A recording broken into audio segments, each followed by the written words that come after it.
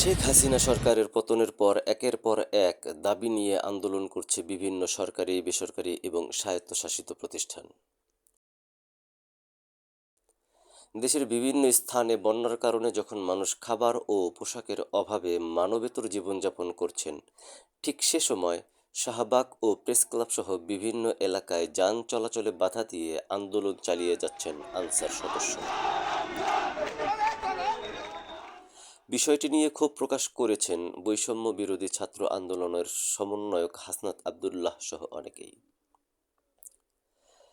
25 August রোববার হাসনাত তার ফেসবুকের এক পোস্টে বলেন, এই সংকটের সুযোগ নিয়ে সরকারকে চেপে ধরে যারা দাবি আদায়ের জন্য আজকে রাস্তায় ত্রাণের গাড়ি আটকে আন্দোলন করছেন, তারা জাতির শত্রু।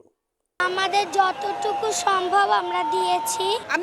দেশের বিভিন্ন জেলায় বন্যার্ত মানুষকে সহায়তা করার জন্য গত কয়েকদিন যাবৎ ঢাকা বিশ্ববিদ্যালয়ের ছাত্র শিক্ষক কেন্দ্র টিএসসিতে বৈষম্য বিরোধী ছাত্র আন্দোলনের গণত্রাণ সংগ্রহ কর্মসূচিতে মানুষের ঢল নামে।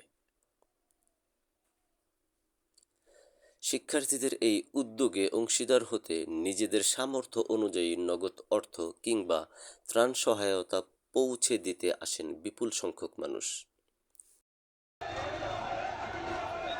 এই আন্দোলনের কারণে একদিকে যেমন মানুষের আসতে প্রতিবন্ধকতা তৈরি হচ্ছে, অপরদিকে ত্রাণ নিয়ে কোনো পরিবহন সহজেই বের হতে পারছে না টিএসসি থেকে।